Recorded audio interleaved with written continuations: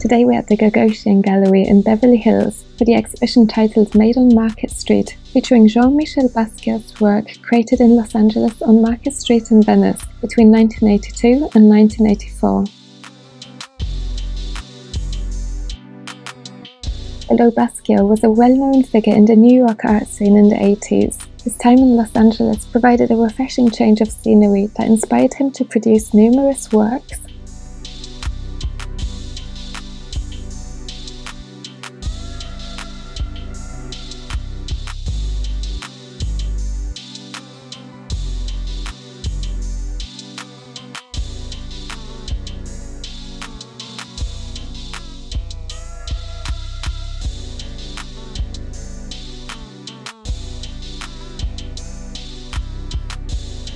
Curated by Fred Hoffman in collaboration with Larry Gagosian, both close connections of Basquiat, the exhibition offers a unique insight into his time on the West Coast.